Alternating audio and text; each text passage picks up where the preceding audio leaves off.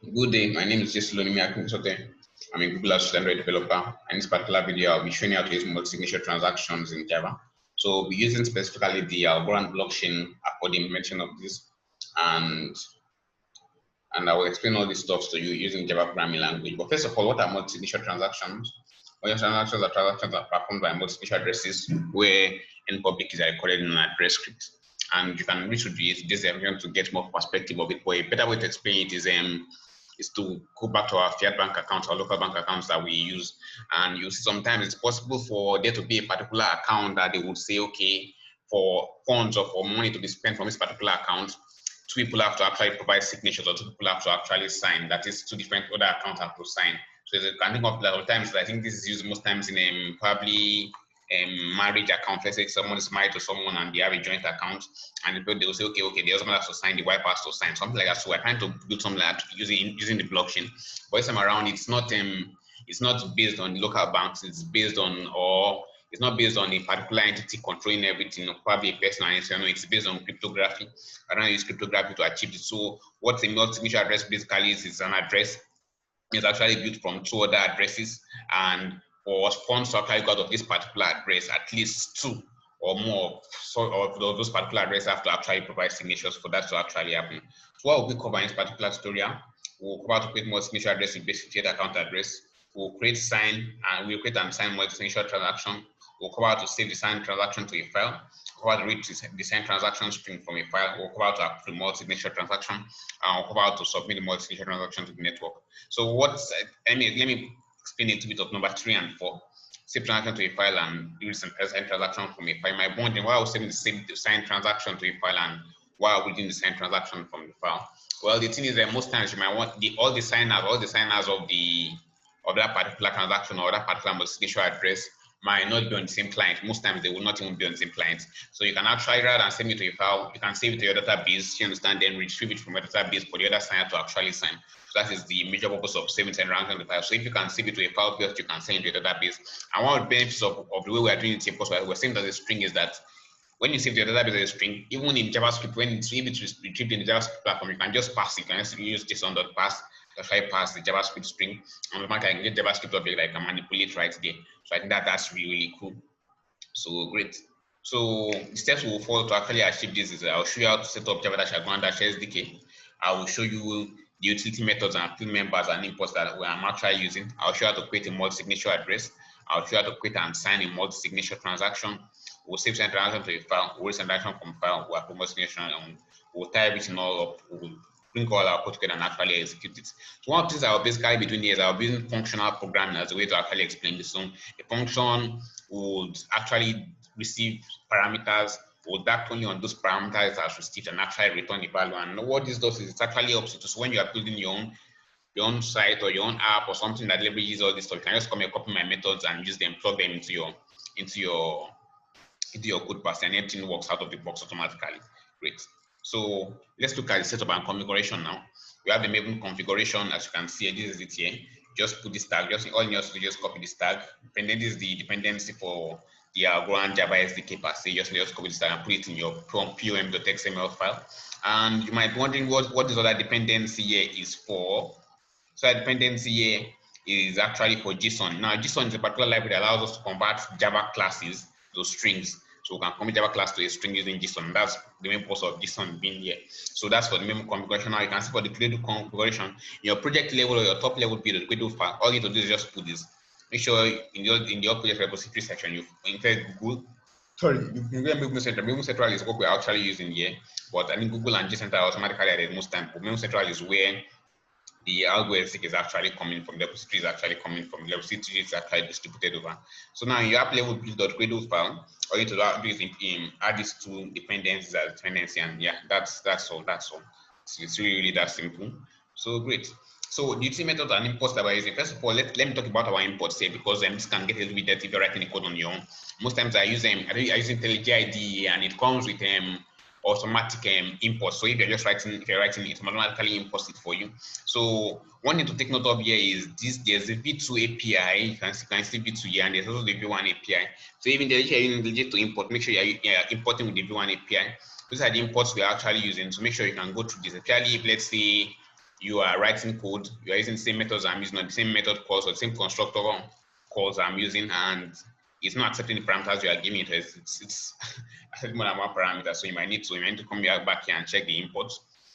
And the same methods I'm using, you can say particular method here. So rather than write the old methods here and show you on this particular slide, what I've decided is I will show you the name of the method, I will show you what the return and the parameter they actually receive, or the argument they receive now. And as you can see here, there's a public static account. The first method here is create account with mnemonic, and what this function does is actually pretty intuitive with the name itself. It says create an account with mnemonic. So what you receive, it's going to receive a mnemonic string, which is a string of set of words.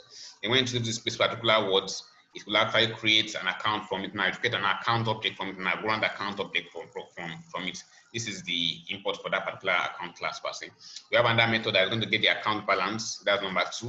It will receive an address, an Algorand address, and it will actually return a long value as the account balance.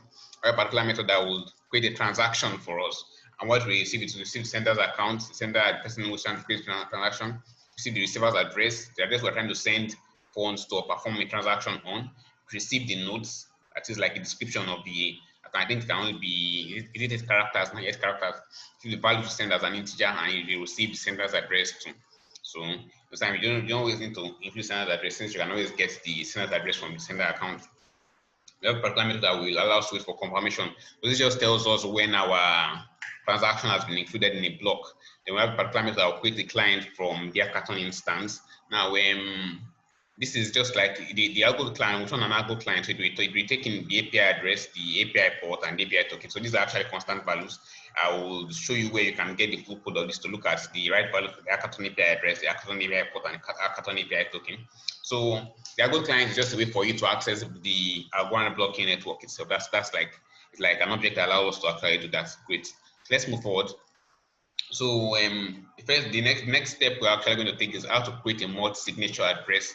Now this is pretty simple. You can see the method here. As I said, we are going to be using functional programming, as I said. So it's just going to take the parameters and actually return the value it actually computes. Now this particular function, the first function here, will create a multi-signature address, and it takes in the version, the threshold.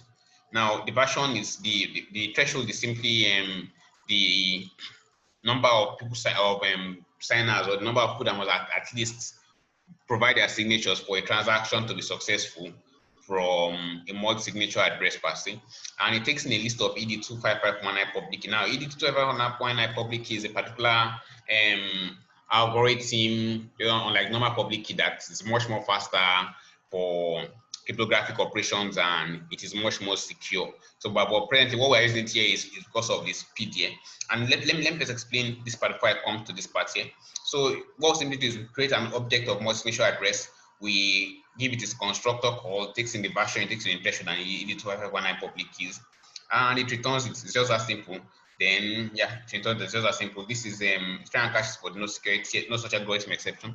So that's just all it is. It's really that simple.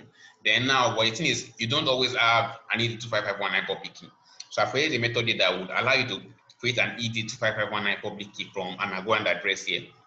And what it does is pretty simple. It just copies the right bytes that we need from the address object itself and actually returns it.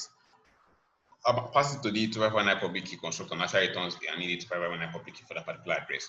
It's that simple. So you might want to take a look at this method and actually use it in your code if necessary, since you do not always have the ED25519 public key. So let's move forward. So now we covered how to create a multi-signature transaction. Let's cover how to create and sign a multi-signature transaction. So as you can see here, we have our method create a multi-signature transaction. It returns the signed transaction. I mentioned that we're using functional programming for this. So it takes in an account. It takes that's the account that is going to actually create the multi-signature transaction. It takes in the transaction itself, and it takes in the multi-sig address we're actually dealing with. So as you can see here, it creates an object of signed transaction. It sees the account.sign multi-signature transaction, multi-sig transaction. Now, normally you use account.sign transaction, but this time you use account.sign multi-sig transaction. It passes in the MSIG, which is the multi-sig address we actually receive, and transaction will receive. Great, and it returns the signed transaction. That's just all. That's all it actually does. It's just as simple. So after creating the signed transaction, now the next thing we want to do is actually write the transaction to a file. Let's save the signed transaction to a file, so we can actually send it, or save the data type to we can actually send it to another signer. And as you can see, we create an object of the JSON class here. We we now use this particular object to actually get the string of this particular signed transaction parameter it actually receives. So this method takes the name of file and the signed transaction itself we're dealing with, and actually writes it to a file using the file writer Java API per se now. Yeah, so that's a very simple domain of this process. Simply just file operation, create the file writer objects, create the file object with the name of the file, then write the JSON string to the file and now close the file. So just simply old school Java IO methods. So the next thing we want to do is we want to be able to read the signed transaction for a file, and I've created a method that does that here, so I can see read signed transaction from file. It takes the name of the file and it returns the signed transaction per se. So you can see create the file. We use our JSON, we use our JSON object again, and we say JSON.from.json. We pass in the data we've received, which is the string of the file itself, and we'll pass in the class itself, and we return the signed transaction. It's just as simple. This is the from this place to this place, what does all the magic. This place upward just tells us how we retrieve the data now from the file itself. So if you are using the database, you can actually send this transaction to the database in form of a string. You can retrieve it from the database in form of a string, then use JSON to actually pass it again and convert it back to a signed transaction class.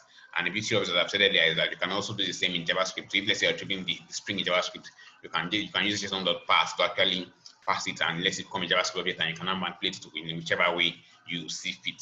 So now let's move to approving a multi-signature transaction. Now, as you know, there are several signers. So just that because an account creates and signs a multi-signature transaction does not mean it is valid and to be sent to the network. If you send to the network like that, it will actually be rejected and you will get your transaction ID as no. So let's look at how to approve a multi-signature transaction. First of all, we create the signed transaction object. Signed transaction is equal to null. Right here, we say signed transaction is equal to account.append multi-transaction. Now, this method, let's look at what it receives. It receives an account, which is an account that is going to approve multi-signature transaction. It receives the signed transaction object and it receives the multi-sig address, and it just calls account.append multi-transaction. Just like the other one calls account.sign multi-transaction. This calls account.append multi-transaction, applies in the multi-sig address and also the transaction, and returns the signed transaction. Great. So I think that's really cool. So now the next thing we want to do is let's look at how to submit transaction to the network. This is a method that actually does that I've created here. So but I've been seeing this paying transaction response in some other methods and it does not use for now to actually be used there. So what we'll do here is first encode our transaction. This whole line from here to here encodes our transaction into a byte form. You understand? So it's encoded into a byte array per se. Then we'll send the byte array now to the Algorand blockchain network. Then from here we wait for confirmation for it to be in at least a block in the on the Algorand blockchain. Then here we actually just print out the transaction information here. That's all it takes. The same way we actually submit transaction to the network for normal signed transactions is the same way we do for multi-signature transactions. The only thing is that as many accounts as possible can approve a multi-signature transaction. So if let's say we create a multi-sig address that has 4 signers and has 3 as its threshold, meaning 3 signers must actually provide signatures, it basically just means that 2 other signers must call account.append multi-transaction for transaction to actually be successful or to be accepted by the blockchain network per se. So great. So now we've covered all this. We've covered a lot of stuff. We've covered how to create, we've covered how to sign, we've covered how to approve, we've covered how to send to a database or a file, we've covered how to retrieve from the database or file, and covered how to submit the transaction itself to the network. So now let's let's bring all our code together and let's actually run the code and let's see what we get. So you can see this is just our main method. Normally we create our Algo client using create client from our Hackathon instance. We create 2 different accounts. Then we create 2 different accounts. Then we create ED2519 public keys using that particular method I showed you guys earlier, create ED2519 public key. Then now I might have to actually show you this from here. So after I do that, as you can see here, we create a list of ED2519 public key. We add this particular 2 ED2519 public keys we created earlier. We create a multi-signature address from them using the create multi-sig address method I showed you guys earlier. I can see we're using our methods now. We use our transaction, we create a transaction object using the create transaction method we covered. We use that was our utility method. This was our utility method actually. So now from it, we get the multi-sig balance of the account of the multi-sig address. Because now behind the scenes, I've actually funded this particular multi-sig address because I've actually funded it behind the scenes. Then you can go to Algo testnet.algo explorer. Sorry, testnet. The Algo Explorer testnet. I will drop a link to it in the description of this particular tutorial to actually know how to fund your wallet. So for fund the testnet account person, not really a wallet now. So what I've done here is I've decided to, because we're transferring to this particular account here, what I've done is I've gotten the account balance before the transaction, before we transfer anything to it, and I've actually put it here.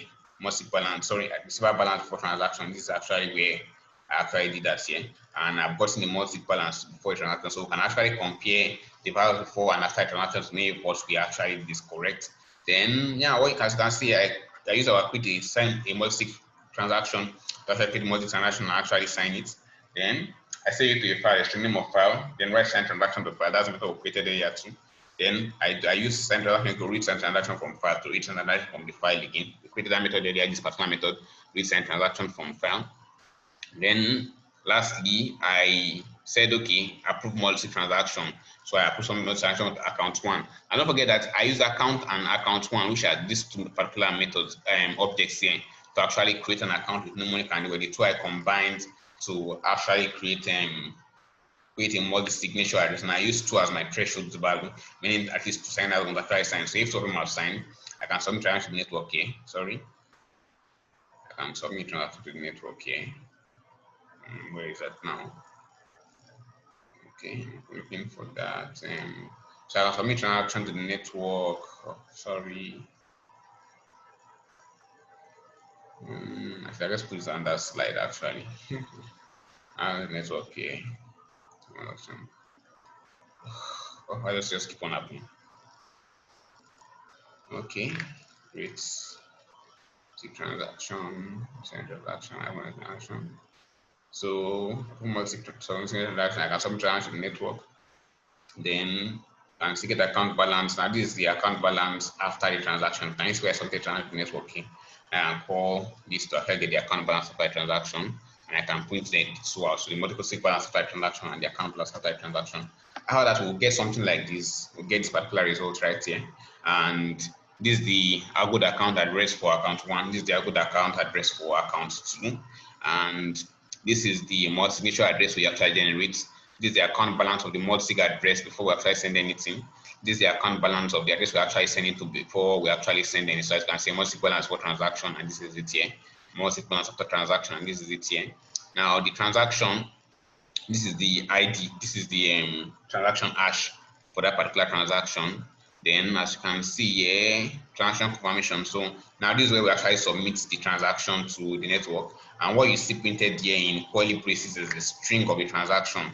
So now what we actually see now is after I submit transaction to the network again now, and you can see the values now have changed. The account balance of the multi-signature transaction is different from the one before it. You can see the balance after and the balance before, balance after the balance before, balance after for the account master into and the balance before too. So that covers how to use multi-signature transactions in Java. If you have any questions, make sure to ask me in the comments and I will actually reply. Also, you can find full source code explanation of this project at brand.ly/multisig in Java. And the account used here also should be for testing purposes and more. So do not go and try to use as your personal account or something. If not, you'll just get that. So that's not advisable. I don't want that for you. So secondly, as I said, if you plan to actually change the account by using other mnemonic seed words, in this particular test this tutorial, and you plan to actually change the account by using mnemonics, make sure to charge your account. So this is the Algorand testnet dispenser now. So let me just copy it here so I can show you the original URL. So okay, so as you can see, this is the original URL here. They are in bank.testnet.algorand.network. So I'll provide a link to the slides also in the tutorial in this particular place here where you can view source code. Also, if you found this for Android, make sure to check out so I have written a tutorial for Android development on the Algorand blockchain for people who want to get started with Java on the Algorand blockchain, and you can actually check it out here. So thank you for watching this tutorial video. I'm really grateful. And if you have any questions, make sure to ask in the comment section. Yeah, bye for now.